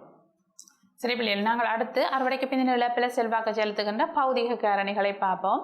இந்த பௌதிக காரணிகள் பொதுவாக எங்கிட்ட தவறான கையாளலால் அல்லது நாங்கள் அறுவடை செய்யக்கில் ஏற்படுகின்ற தவறான முறைகளை பயன்படுத்துவதன் காரணமாக ஏற்படக்கூடியதாக இருக்கு. நசிவு காயம் போன்றவை இதில் படத்தில் காட்டப்பட்டிருக்கின்றது பாருங்கள். இவ்வாறு நசிவுகள் ஏற்படும் போதோ அதில் ஆனை கொய்யாண்ட படம் காட்டப்பட்டிருக்கின்றது. வெளியில் எங்களுக்கு பெருசாக தெரியாத விட்டாலும் கூட உள்பக்கமாக அதில் வெட்டி காட்டப்பட்டிருக்கின்றது பாருங்கள். நசிவு ஏற்பட்ட இடத்துல அந்த நிறமாற்றத்தை அவதானிக்கக்கூடியதாக இருக்கின்றது. அந்த வகையில் இவ்வாறான சேதங்கள் எங்களுக்கு அறுவடைக்கு பிந்தின இழப்பை ஏற்படுத்துவதாக இருக்கும். அறுவடைக்கு பிந்திய இழப்புகள் காரணமாக ஏற்படுகின்ற பிரச்சனைகளை பார்ப்போம். இந்த அறுவடைக்கு பிந்தின இழப்புகள் காரணமாக விளைபொருட்களின் தரம் குறைவடையலாம். விளைபொருட்களின் தரம் குறைவது மாத்திரமல்லாமல் அந்த நிறையிலும் இழப்பு ஏற்படுகின்றது. எனவே விளைபொருளில் ஏற்படுகின்ற இழப்பு காரணமாக எங்களுக்கு நாங்கள் பயன்படுத்திய வளங்கள் எல்லாமே வீண்பிரியமாக்கப்படுகின்றது. பொதுவாக இலங்கையில் உற்பத்தி பொருட்களில் 40% அறுவடைக்கு பிந்திய இழப்புகளாக காணப்படுகின்றன. காய்கறிகளாக இருக்கட்டும் தானியங்களாக இருக்கட்டும் அறுவடைக்கு பிந்தின இழப்புகள் அதிகம் காணப்படுகின்றது. அந்த வகையில் இழப்புகள் காரணமாக நாங்கள் பயன்படுத்திய வளங்கள் எல்லாமே வீண்விரயமாக்கப்படுகின்றது. அந்த பொருளை உற்பத்தி செய்வதற்காக நாங்கள் பயன்படுத்திய வளங்கள் எல்லாம் வீண்விரயமாகின்றதாக இருக்கின்றது. அடுத்து உணவு காப்பு குறைவடைகின்றது. உணவின் போதுமான தன்மை சகலருக்கும் உணவை பெற்றுக்கொள்ளக்கூடிய அந்த தன்மை குறைவடைகின்றது. அடுத்து பொருளாதார ரீதியான பிரச்சனைகள் உள ரீதியான தாக்கங்கள் ஏற்படுகின்றது. உற்பத்தி செய்கின்ற அந்த விவசாயி உரிய தரமான விளைபொருளை பெற்றுக்கொள்ளவில்லையினால் அல்லது உரிய தரமான விளைபொருளை பெற்றிருந்து அவருக்கு அளவு ரீதியாக இழப்புகள் ஏற்படுமாக இருந்தால் அவரால் அந்த மனத்தாக்கத்தை ஏற்றுக்கொள்ள முடியாததாக இருக்கும். அந்த வகையில் உள ரீதியான பிரச்சனைகளுக்கு ஆளாக வேண்டிய சந்தர்ப்பம் இருக்கின்றது. அடுத்து நாங்கள் அறுவடைக்கு பிந்திய தொழில்நுட்பம் என்றால் என்ன என்பதை பார்ப்போம். இதுவரையும் நாங்கள் அறுவடைக்கு பிந்திய இழப்புகள் எவ்வாறு ஏற்படுகின்றது என்பது பார்த்திருந்தோம். அந்த வகையில் நாங்கள் அறுவடைக்கு பிந்திய தொழில்நுட்பம் என்றால் என்ன என்பதை அடுத்து நோக்குவோம். இங்கு விளைபொருட்களை அறுவடை செய்ததிலிருந்து நுகர்வோரை சென்றடைகின்ற வரையில் பல்வேறு சந்தர்ப்பங்களில் இழப்பு வருகின்றது. இவ்வாறு வருகின்ற அந்த இழப்பை தவிர்ப்பதற்கு, அதாவது அறுவடை செய்த பொருள் விளைபொருளில் அளவு ரீதியாக தர ரீதியாக ஏற்படுகின்ற அந்த இழப்புகளை குறைப்பதற்காக நாங்கள் என்னென்ன நுட்பங்களை பயன்படுத்துகின்றோமோ என்னென்ன உத்திகளை கையாளுகின்றோமோ அவற்றை நாங்கள் அறுவடைக்கு பிந்திய தொழில்நுட்பம் என குறிப்பிடலாம். அறுவடைக்கு பிந்தின தொழில்நுட்பத்தின் முக்கியத்துவத்தை பார்ப்போம். நாங்கள் ஏற்கனவே அறுவடைக்கு பிந்தின இழப்பின் காரணமாக ஏற்படுகின்ற பிரச்சனைகளை பற்றி நோக்கியிருந்தோம். அந்த பிரச்சனைகள் அவ்வளவத்தையும் சீர் செய்வதற்காகத்தான் நாங்கள் இந்த அறுவடைக்கு பிந்தின தொழில்நுட்பத்தை பயன்படுத்துகின்றோம். அந்த வகையில் அறுவடைக்கு பிந்தின தொழில்நுட்பத்தின் முக்கியத்துவமாக அந்த உற்பத்தி பொருளின் சந்தை பெறுமதியை அதிகரித்துக் கொள்ளல், உணவு வீண்விரயத்தை தவிர்த்தல், உற்பத்தியாளர் மன உளைச்சலுக்கு உள்ளாகாமல் தவிர்த்தல், பொருளாதார ரீதியான அனுகூலங்களை பெற்றுக்கொள்ளல் போன்றவற்றை நாங்கள் குறிப்பிட முடியும். அடுத்து நாங்கள் அறுவடைக்கு பிந்தின இழப்புகளை குறைக்கிறதுக்காக எடுத்துக்கொள்ளக்கூடிய நடவடிக்கைகள் பற்றி பார்ப்போம். நாங்கள் அறுவடை செய்ததிலிருந்து எவ்வாறு நுகர்வோரை சென்றடையும் வரையில் இந்த இழப்புகளை தவிர்த்து கொள்ளலாம் என்பதை இங்கு நோக்க இருக்கின்றோம். அறுவடை செய்யும் போது நாங்கள் பொருத்தமான உபகரணங்களை பயன்படுத்த வேண்டும். படத்தில் காட்டப்பட்டிருக்கின்ற சில உபகரணங்கள், நாங்கள் உயரத்தில் உள்ள பழங்களை பறிக்கும் போது நேரே கீழே விழுத்துவமாக இருந்தால் அவை அடியுண்டு நசியுண்டுவதற்கான சாத்தியப்பாடுகள் இருக்கும். எனவே அது காயாக இருக்கும்போது தெரியாது, பழுத்து கொண்டு வரும்போது அந்த நசிவு இருக்கின்ற இடங்களில் எங்களுக்கு அதன் தரத்தை குறைத்து காட்டுவதாக இருக்கும். அந்த வகையில் பொருத்தமான உபகரணங்களை நாங்கள் பயன்படுத்த வேண்டும். அடுத்து நாங்கள் பொருத்தமான முதிர்ச்சி பருவத்தில் அறுவடை செய்ய வேண்டும். நாங்கள் முதிர்ச்சி பற்றி பார்த்திருந்தோம். அந்த முதிர்ச்சி பற்றி பார்க்கும்போது காய்கறிகள் பொதுவாகவே உடற்தொழிலியல் முதிர்ச்சி அடையிறதுக்கு முன்னதாக நாங்கள் அறுவடை செய்கின்றோம். அதே போல் சில பழங்கள் உடற்தொழில் முதிர்ச்சி அடைந்த பிறகு அறுவடை செய்கின்றோம். சில பழங்களை நாங்கள் பழுத்த பிற்பாடு தான் அறுவடை செய்கின்றோம். பொதுவாக எல்லை உச்சமற்ற பழங்களை பழுத்த பிற்பாடு தான் அறுவடை செய்கின்றோம். அந்த வகையில் எந்த உற்பத்தி பொருள் என்பதை அவதானித்து அதற்குரிய முதிர்ச்சி பருவத்தில் அது இருக்கின்றதா என பார்த்து நாங்கள் அறுவடை செய்தல் வேண்டும். அடுத்து பொருத்தமான நேரத்தில் அறுவடை செய்ய வேண்டும். காய்கறிகள் இலைமரக்கறிகளாக இருந்தால் நாங்கள் பொதுவாக காலை வேளையில் அறுவடை செய்தல் நன்றாக இருக்கும். காலை வேளையில் எனும்போது இலைமரக்கறிகள் அறுவடை செய்ய நாங்கள் காலை பனி காய்ந்த பிற்பாடு அறுவடை செய்வோம். பொதுவாக 8 மணிக்கு முன்னர் அறுவடை செய்தல் மிகவும் நல்லது. மா அறுவடை செய்வதாக இருந்தால் நாங்கள் காலை 10 மணியிலிருந்து மாலை 2 மணிக்கு இடையில் அறுவடை செய்தல் நல்லம். ஏனென்றால் மா உங்களுக்கு தெரியும், மாவிலே இருக்கக்கூடிய அந்த பால் வெளிக்காயில படமாக இருந்தால் அந்த மாங்காய் பழுக்கும் போது அந்த பழத்தின் வெளித்தோளில் கருத்த கருத்த புள்ளிகள் உருவாகும். இவ்வாறு உருவாகமாக இருந்தால் மாம்பழத்தின் தரம் குறையும். எனவே அந்த பால் வடிகின்றதை குறைப்பதற்காக மதிய நேரத்தில், அதாவது காலை 10லிருந்து 2 மணிக்கு இடப்பட்ட அந்த நேரத்தில் அறுவடை செய்யும் போது அந்த பால் வெளியில் வந்து பிறடுறது, அந்த வெளித்தோளில் படுறது குறைவாக இருக்கும். அதே மாதிரி தோடு தேசி போன்றவை நாங்கள் காலமே 10 மணிக்கு முன்னராகவும் மத்தியானம் 2 மணிக்கு பின்னர், மாலை 2 மணிக்கு பின்னராகவும் அறுவடை செய்வோம். ஏனென்றால் அந்த தோட தேசியில் இருக்கக்கூடிய அந்த எண்ணெய்க்கிழங்கள் அவை சிதைவடைவதன் காரணமாக எரிவுகள் உண்டாகும். அந்த தோளில் எரிவுகள் உண்டாகிச்சென்றால் அதன் தரத்தை குறைத்துவிடும். எனவே நாங்கள் பொருத்தமான நேரத்தில் அறுவடை செய்தல் அவசியம். அடுத்து நாங்கள் விளைபொருளை சேகரித்தல். அறுவடை செய்த விளைபொருளை சேகரிக்கின்றோம். உரிய வகையிலே தரப்படுத்தி நாங்கள் சேகரித்தல் வேண்டும். நாங்கள் நிலத்தில் சேகரிக்கக்கூடாது. நிலத்தில் ஏதாவது ஒரு தரப்பால் போன்றவற்றை விரித்து அதன் மேலே சேகரிக்க வேண்டும். மண்ணுடன் நேரடியாக தொடுகையுட விடக்கூடாது. இவ்வாறு தொடுகையிடும் போது நுண்ணங்கிகள் உட்செல்வதற்கான சந்தர்ப்பங்கள் காணப்படுகின்றன. எனவே அதை தவிர்ப்பதற்காக நாங்கள் கீழே ஏதாவது ஒரு தாளொன்றை விரித்து அதன் மேலே நாங்கள் சேகரிக்க வேண்டும். சேகரிக்கும் போதும் உரிய வகையில் சேகரிக்க வேண்டும். ஒன்றன் மேல் ஒன்று குவித்து சேகரிக்கும் போது அவை நசிவுபடுவதற்கான சந்தர்ப்பங்கள் இருக்கின்றன. எனவே எங்களோட கையாளல் ஒழுங்கான முறையானதாக காணப்படுதல் அவசியம். அடுத்து நாங்கள் விளைபொருளை சுத்தப்படுத்தல் வேண்டும். நாங்கள் உதாரணமாக மாவை பாருங்கள், மாங்காய் பிடுங்கிய பிற்பாடு நாங்கள் அதை வெந்நீரில் போட்டு கழுவி எடுத்து வைப்போம். இவ்வாறு வைப்பதன் காரணமாக நாங்கள் அங்கு வரக்கூடிய அந்த நுண்ணங்கி தாக்கங்கள் போன்றவற்றை தவிர்க்கக்கூடியதாக இருக்கும். ஆந்த்ராக்னோஸ் போன்ற நோய்களை தவிர்க்கக்கூடியதாக இருக்கும். இவ்வாறு நாங்கள் சுத்தப்படுத்தி விளைபொருளை சேகரித்தல் அவசியம். அடுத்து விளைபொருள் எல்லாத்தையும் ஒன்றாக சேகரிக்கக்கூடாது. இந்த முதிர்ச்சியின் அடிப்படையிலையோ அல்லது பெர்மனன்ட் அடிப்படையிலையோ அவற்றை உரிய வகையில் தரப்படுத்தி அந்த தரத்துக்கு அமைவாக அவற்றை நாங்கள் வைக்க வேண்டும். அடுத்து நாங்கள் விளைபொருளை களஞ்சியப்படுத்த போகின்றோம். இந்த விளைபொருளை களஞ்சியப்படுத்தும் போது கவனிக்க வேண்டிய விடயங்கள் கார்பனீர் ஆக்சைடு கொட்சன் விகிதம், ஈரப்பதன், வெப்பநிலை, இவை ஒவ்வொரு விளைபொருட்களையும் பொறுத்து வேறுபடும். பொதுவாக பாருங்கள், தானியங்களாக இருந்தால் குறைந்த வெப்பநிலையிலும் குறைந்த ஈரப்பதனிலும் நாங்கள் களஞ்சியப்படுத்தி வைப்போம். ஆனால் அதே ஒரு இலை மரக்கறியாக இருக்குமாக இருந்தால் அல்லது சாதாரண பழங்கள் மரக்கறிகளாக இருக்குமாக இருந்தால் குறைந்த வெப்பநிலையிலும் கூடின ஈரப்பதனிலும் களஞ்சியப்படுத்தி வைப்போம். ஏனென்றால் அங்கு ஈரப்பதனை குறைத்தோமாக இருந்தால் அந்த காய்கறிகள் இலை மரக்கறிகளில் இருக்கக்கூடிய நீர் வெளியே ஆவியாக இழக்கப்படும். எனவே அதை தவிர்ப்பதற்காக நாங்கள் ஈரப்பதனை அதிகரித்து வைத்திருக்கின்றோம். கார்பனீர் ஆக்சைடு வீதம் அதிகமாக இருக்கும் போதோ தானியங்கள் முளைத்தல் தவிர்க்கப்படும். அது மட்டுமல்ல நுண்ணங்கி வளர்ச்சி போன்றவையும் தவிர்க்கக்கூடியதாக இருக்கும். நாங்கள் ஏற்கனவே பார்த்தோம், தாழ்வான வெப்பநிலையிலும் உயர்வான ஈரப்பதனிலையும் நாங்கள் காய்கறிகளை களஞ்சியப்படுத்திக்கல நீர் வெளியேறுறது குறைவாக இருக்கின்றது. அது மட்டுமல்ல, அந்த நோய்கள் ஏற்படுவது குறைவாக இருக்கும்.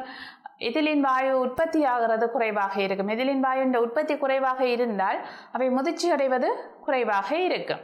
அடுத்து நாங்கள் எவ்வாறு அறுவடை செய்ய வேண்டும் என்று பார்த்தோம். அறுவடை செய்ததை எவ்வாறு களஞ்சியப்படுத்தல் போன்ற விடயங்களை பார்த்திருந்தோம். அடுத்து இந்த விளைபொருளை கொண்டு செல்லும் போது எவ்வாறான செயற்பாடுகளை நாங்கள் செய்யலாம் என்பதை பற்றி நோக்குவோம். இந்த விளைபொருட்கள் இலகுவில பழுதடையக்கூடியவையாக நசிபுக்குள்ளாகக்கூடியனவான விளைபொருட்களாக இருக்கின்றது. காய்கறிகளாக இருந்தாலும் சரி, பழங்களாக இருந்தாலும் சரி, இலகுவில நசிதலுக்குள்ளாகும். இல்லை காட்டப்பட்டிருக்கிற படத்தில் பாருங்க, முதலாவது படத்தில் காட்டப்பட்டிருக்கின்றது போல நாங்கள் இவ்வாறு ஒரு கொண்டு செல்லலை மேற்கொள்வோமாக இருந்தால் அங்கு அறுவடைக்கு பின்ன இழப்பு அதிகமாக இருக்கும். ஒன்றுடன் ஒன்று நசிப்படுவதன் காரணமாகவும் உள்ளுக்கு வெப்பநிலை அதிகரிப்பதன் காரணமாகவும் நிறைய மரக்கறிகளை ஒன்றாக போட்டு நாங்கள் கட்டி வைத்திருக்கும் போது அங்கு இந்த உயிருள்ள கலங்கள் தானே, மரக்கறிகள் எல்லாம் உயிருள்ள கலங்கள் தானே, அதனால் அங்கு உருவாகின்ற அந்த சுவாசத்தின் காரணமாக அதிக வெப்பநிலை உருவாவதன் காரணமாக விளைபொருட்கள் இழப்பு ஏற்படுவதற்கு சந்தர்ப்பம் காணப்படுகின்றது. அது மட்டுமில்லாமல் பொறிமுறை சேதமும் அங்கு உருவாவதற்கான சந்தர்ப்பம் காணப்படுகின்றது. பொறிமுறை சேதம் ஏற்படும் போது அது பிறகு நுண்ணங்கி தாக்கத்துக்கு ஆளாகும் அல்லது வழியில் உள்ள ஒட்சிசனோட தொடுகையுற்று கபிலன்ற மாதல் போன்றன ஏற்படுவதற்கான சந்தர்ப்பங்கள் காணப்படுகின்றது. நாங்கள் இந்த விளைபொருட்களை கொண்டு செல்லும் போது அந்த பயன்படுத்துகின்ற அந்த பொதிகள் பிளாஸ்டிக் கூடைகளாக, கார்ட்போர்ட் பெட்டிகளாக இருக்கலாம். இவை உரிய வகையில் உரிய அளவில் அந்த பொருட்களை வைத்து அங்கால 2வது படத்தில் காட்டப்பட்டிருக்கின்றது பாருங்கள், உரிய வகையில் அடுக்கப்பட்டு இருக்கின்றது. இவ்வாறு வைத்து நாங்கள் ஒரு வாகனத்தில் ஏற்றி கொண்டு செல்லும் போது எங்களுக்கு அதில் வர்ற இழப்பை தவிர்க்கக்கூடியதாக இருக்கு. அதே நேரம் நல்ல காற்றூட்டமாக இருப்பதன் காரணமாக அந்த பெட்டிகளுக்கு இடையில காற்றூட்டம் காணப்படுவதன் காரணமாக அங்கு வெப்பநிலை அதிகரிக்காது. அது மட்டுமல்ல, ஒன்றோடொன்று தேய்பட்டு நசிப்பட்டு பொறிமுறை சேதத்துக்கு ஆளாவதும் குறைவாக இருக்கும். இதன் விளைவாக எங்களுக்கு அறுவடைக்கு பிந்தின இழப்பை குறைக்கக்கூடியதாக இருக்கும். அது மட்டுமல்ல, நாங்கள் போக்குவரத்து ஊடகம் தொடர்பாகவும் கவனம் செலுத்த வேண்டும். நாங்கள் பொதுவாக விரைவான போக்குவரத்து ஊடகத்தை பாவிக்க போகின்றோம். இவ்வாறு பாவிக்கின்ற அந்த வாகனங்கள் டயர்களில் காற்றமுக்கம் அதிகமாக இருந்தால் அந்த தெருவினால் செல்லும் போது, அது ஏறி இறங்கி செல்லும் போது அந்த காற்றமுக்கம் காரணமாக அது துள்ளி கொண்டு செல்ல போகின்றது. இதன் காரணமாக காய்கறிகளில் பழங்களில் பொறிமுறை சேதம் பெறுவதற்கான சந்தர்ப்பம் அதிகம். அது மட்டுமல்ல, நாங்கள் அடிக்கடி வாகனத்தின் தடுப்புகளை பிரயோகிப்போமாக இருந்தால் அதுவும் அந்த பழங்கள் காய்கறிகளில் பொறிமுறை சேதத்தை ஏற்படுத்துவதாக அமையும். தெரிவு செய்கின்ற அந்த ஊடகத்தின் டயர்களில் காற்றமுக்கம் உரிய அளவில் இருக்க வேண்டும். அடிக்கடி வாகன தடுப்புகளை பிரயோகிப்பதை தவிர்க்க வேண்டும். அடுத்து விளைபொருட்களை பொதியிடல். நாங்கள் களஞ்சியத்தில் இருந்து பொதியிடல் செய்து சந்தைக்கு முன்வைக்க போகின்றோம். இவ்வாறு சந்தைக்கு முன்வைக்கும் போது நாங்கள் உரிய வகையில் பொதியிடல் செய்திருக்க வேண்டும். விளைபொருளின் வகைக்கேற்ப இந்த பொதியிடல் வகை வேறுபட போகின்றது. பொதுவாக நாங்கள் காய்கறிகள் பழங்களாக இருந்தால் கார்ட்போர்ட் பெட்டிகள், மரப்பெட்டிகள் போன்றவற்றை பயன்படுத்தி நாங்கள் விளைபொருளை பொதியிடல் செய்வோம். தானியங்களாக இருந்தால் நாங்கள் பேக்கில் பொதியிடல் செய்வோம். அது பொலித்தீன் பேக்காக இருக்கலாம் அல்லது சாக்கினாலான பைகளாக இருக்கலாம். அவற்றில் பொதியிடல் மேற்கொள்ளக்கூடியதாக இருக்கும். உரிய வகையில் சிறிய சிறிய அளவுகளில் பிரித்து பொதியிடல் செய்யும் போது இழப்புகளை தவிர்க்கக்கூடியதாக இருக்கும். அடுத்து விளைபொருளை சந்தைப்படுத்தல். விளைபொருளை சந்தைப்படுத்தும் போது இழப்புகள் ஏற்படுவதற்கான சந்தர்ப்பம் அதிகமாக இருக்கின்றது. பொதுவாக பாருங்கள், விளைபொருட்களை காட்சிப்படுத்துவோம். அவ்வாறு காட்சிப்படுத்தும் போது புறச்சூழலின் வெப்பநிலை தாக்கம், ஒளி தாக்கத்துக்கு உள்ளாகின்ற சந்தர்ப்பம் காணப்படும். அதே போல் இந்த ரோட்டில் இருக்கக்கூடிய தூசுகள், வாகனங்களால் வரக்கூடிய தூசுகள் போன்றவை அங்கு உணவுப் பொருளுடன் சேர்வதற்கான சந்தர்ப்பம் காணப்படும். எனவே சந்தைப்படுத்தல இவ்வாறான இழப்புகளை தவிர்ப்பதற்கு ஏற்ற வகையில் உரிய வகையில் காட்சிப்படுத்த வேண்டும். கண்ணாடி பெட்டிகளில் அல்லது உரிய வகையில் அடுக்கி அதை தெளிவாக தெரிகின்ற அந்த பொலித்தீன் தாள்களெல்லாம் மூடி நாங்கள் காட்சிப்படுத்துவோமாக இருந்தால் இந்த இழப்பை தவிர்க்கக்கூடியதாக இருக்கும். சரி பிள்ளைகளை, இதுவரை நாங்கள் அறுவடைக்கு பிந்திய இழப்பு என்றால் என்ன, அறுவடைக்கு பிந்திய இழப்பில் செல்வாக்கு செலுத்துகின்ற காரணிகள் எவை என்பதை நோக்கியிருந்தோம். இந்த காரணிகளை அறுவடைக்கு முந்தின காரணிகள், அறுவடைக்கு பிந்தின காரணிகள் என்று பிரித்து நோக்கியிருந்தோம். அதன் பிற்பாடு இந்த அறுவடைக்கு பிந்தின இழப்புகளை குறைப்பதற்காக நாங்கள் மேற்கொள்கின்ற உத்திகள், அறுவடைக்கு பிந்திய தொழில்நுட்பம் பற்றி பார்த்திருந்தோம். இது தொடர்பாக வந்த கடந்த கால வினாக்கள் சிலவற்றை நோக்குவோம். கடந்த வருடம் வந்த ஒரு பல்தேர்வு வினாவை பாருங்கள். காய்களின் முதிர்ச்சி தன்மை அளவிடுவதற்கு பொதுவாக பயன்படுத்தப்படுகின்ற ரசாயன காரணிகளை கேட்டிருக்கின்றார்கள். நாங்கள் ஏற்கனவே பார்த்திருந்தோம். ரசாயன காரணிகள் pH, கரையத்தக்க திண்ம பதார்த்தத்தின் அளவு, எண்ணெயின் அளவு, அதில் இருக்கின்ற போசணையின் அளவு போன்றவற்றை நாங்கள் ரசாயன காரணிகள் என குறிப்பிடலாம். அந்த வகையில் இங்கு எங்களுக்கு pH, கரையத்தக்க திண்ம பதார்த்தத்தின் அளவு, எண்ணெயின் அளவு என இருக்கக்கூடிய இந்த 4வது விடை மிகவும் பொருத்தமானதாக இருக்கும். இங்கே தன்னிப்பு, இழையமைப்பு போன்றவை பௌதிக காரணிகளாக இருக்கின்றது. அடுத்து கடந்த வருடம் வந்த வினா ஒன்று. இதில் வரைவு தரப்பட்டிருக்கின்றது. சுவாச வீதத்துக்கும் காலத்துக்குமான வரைவு. இந்த வரைவை தந்து அந்த வரைவுக்குரிய பழங்கள் கேட்டிருக்கின்றார்கள். இந்த பீல இருக்கக்கூடிய வரைவு பீல காட்டப்படுகின்றது எல்லை உச்ச பழங்களாக இருக்கும். பாருங்க, அங்கே பழுக்கின்ற நிலையில ஒரு உயர்வொன்று காணப்படுகின்றது. சுவாச வீதம் உயர்ந்திருக்கின்றது. அந்த வகையில் பீயாக இருக்கக்கூடியது எல்லை உச்ச பழமாகவும், கியூவாக இருக்கக்கூடியது எல்லை உச்சமற்ற பழமாகவும் இருக்க வேண்டும். அந்த வகையில் இருக்கின்ற விடைகளில் எங்களுக்கு 4வது விடை மிகவும் பொருத்தமானதாக இருக்கும். மாம்பழம் எல்லை உச்ச பழம், அன்னாசி எல்லை உச்சமற்ற பழம் என்று பார்த்திருந்தோம். அடுத்து 2019ஆம் ஆண்டு வந்த கட்டுரை வினா. பயிர்களில் அறுவடைக்கு பிந்திய இழப்புகளுக்கு காரணமாக அமையத்தக்க அறுவடைக்கு முந்தைய காரணிகளை விவரிக்க சொல்லியிருக்கின்றார்கள். இங்கு நீங்கள் கட்டுரை வினா என்ற வகையில் அறுவடைக்கு பிந்திய இழப்பு என்றால் என்ன என்பதற்குரிய வரைவிலக்கணத்தை கொடுக்க வேண்டும். அதன் பிற்பாடு அறுவடைக்கு பிந்திய இழப்பில் செல்வாக்கு செலுத்துന്ന அறுவடைக்கு முந்தைய காரணிகளை நீங்கள் குறிப்பிட்டால் போதுமானது. அதாவது பயிர் நிலத்தை தெரிவு செய்தல் தொடக்கம் அறுவடை செய்கின்ற அந்த விளைபொருளை அறுவடை செய்கின்ற நிலை வரையிலான காரணிகளை குறிப்பிட வேணும். பசலையிடல், நீர்ப்பாசனம், பீடை கட்டுப்பாடு, ஒளி, வெப்பநிலை, ஈரப்பதன் போன்ற விடயங்கள் நாங்கள் பார்த்திருந்தோம். அந்த வகையில் அவை ஒவ்வொன்றையும் கொடுத்து அதனால் எவ்வாறான தாக்கம் வருகின்றது என்பதை சிறிய விளக்கமாக கொடுத்திருந்தீங்கள் என்றால் போதுமாக இருக்கும். அடுத்து 2018ஆம் ஆண்டு அமைப்பு கட்டுரை வினா. குளிரூட்டப்பட்ட நிலைமையின் கீழ் பழங்கள், காய்கறிகளை வைக்கும் போதோ அறுவடைக்கு பிந்திய இழப்புகள் குறைவடைவதற்கான முக்கிய காரணங்கள் 2 கேட்டிருக்கின்றார்கள். குளிரூட்டப்பட்ட நிலைமையில் வெப்பநிலையை குறைத்து நாங்கள் வைக்கும் போது பழங்கள், காய்கறிலிருந்து ஆவியீர்ப்பு நிகழாது. அங்கு நுண்ணங்கி தாக்கம் குறைவாக இருக்கும், எதிலின் உற்பத்தி குறைவாக இருக்கும் போன்ற விடயங்களை கேட்டிருந்தோம். அந்த வகையில் அவற்றில் ஏதாவது 2 எழுதினால் போதுமானது. அடுத்து 2018ஆம் ஆண்டு வந்த கட்டுரை வினா. உணவு பயிர்களில் அறுவடைக்கு பிந்திய இழப்பை கட்டுப்படுத்துவதற்கு முக்கியமாக பயன்படுத்தும் தகுந்த அறுவடை நுட்பம் மற்றும் உடனடியாக நடைமுறைப்படுத்தும் அறுவடைக்கு பிந்திய பரிகரிப்பு முறைகள் பற்றி கேட்டிருக்கின்றார்கள். இங்கு அறுவடைக்கு பிந்திய இழப்பு என்றால் என்ன என்பதற்குரிய வரைவிலக்கணத்தை கொடுப்பீர்கள். அதன் பிற்பாடு வினா உங்களுக்கு 2ஆக உடைத்து கேட்கப்பட்டிருக்கின்றது. அந்த ஒரு வினாவிலேயே 2 வினா உட்பொதிந்து இருக்கின்றது. முக்கியமாக பயன்படுத்துகின்ற தகுந்த அறுவடை நுட்பத்தை சொல்ல வேண்டும். அதற்கு பிற்பாடு உடனடியாக நடைமுறைப்படுத்துகின்ற அந்த பரிகரிப்பு முறையை பற்றி நீங்கள் சொல்ல வேண்டும். அறுவடை நுட்பம் எனும்போது உரிய முதிர்ச்சியில் அறுவடை செய்கிறது, உரிய நேரத்தில் அறுவடை செய்கிறது, உரிய உபகரணத்தை பயன்படுத்தி அறுவடை செய்கின்ற போன்ற விடயங்களை நீங்கள் குறிப்பிடுவீர்கள். அதற்கு சிறிய விளக்கத்தை கொடுப்பீர்கள். அதன் பிற்பாடு உரிய பரிகரிப்பு உடனடியாக மேற்கொள்கின்ற அந்த பரிகரிப்பு முறைகள் எனும்போது அதை தரப்படுத்தல், பொதி செய்தல், சுத்தப்படுத்தல் போன்ற விடயங்களை நீங்கள் அங்கு முன்வைக்க வேண்டி இருக்கும். அதை முன்வைத்து அதற்குரிய விளக்கத்தை அளிக்க வேண்டி இருக்கும். அடுத்து பாருங்கள், 2017ஆம் ஆண்டு வந்த பல்தேர்வு வினா. தெருவோரங்களில் திறந்த ராக்கைகளில் வைத்து விற்பனை செய்யும் பழங்கள் அறுவடைக்கு பிந்திய இழப்புகள் ஏற்படுவதில் முக்கியமாக காரணிகளாக அமைவது. நாங்கள் ஏற்கனவே பார்த்திருந்தோம். தெருவோரங்களில் வைத்து சந்தைப்படுத்தல காட்சிப்படுத்தும் போது இந்த விளைபொருட்களில் வெப்பம் அதிகமாகப்படுகின்றது, ஒளி அதிகமாகப்படுகின்றது, தூசு படுகின்றது, இவ்வாறான விடயங்களை பார்த்திருந்தோம். அந்த வகையில் இங்கு தரப்பட்டுள்ள விடைகளுள் மிக பொருத்தமாக இருக்கக்கூடியதை நாங்கள் நோக்க வேண்டும்.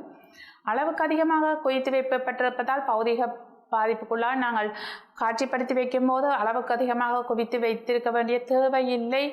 காட்சிப்படுத்தி வைக்கும்போது எங்களுக்கு சூரிய ஒளி படுறது, வெப்பநிலை அதிகரிக்கின்றது, தூசுப்படுறது மிகவும் முக்கியமான பிரச்சனையாக இருக்கின்றது. அந்த வகையில் அந்த முதலாவது விடையை தவிர்த்து கொள்ளலாம். அடுத்து சூரிய ஒளி படுவதும் அதிக வெப்பநிலையும் பொருத்தமான விடையாக இருக்கும். அடுத்து தூசியினாலும் வாகன புகையினாலும் மாசடைதல் என்று குறிப்பிட்டிருக்கிறார்கள்.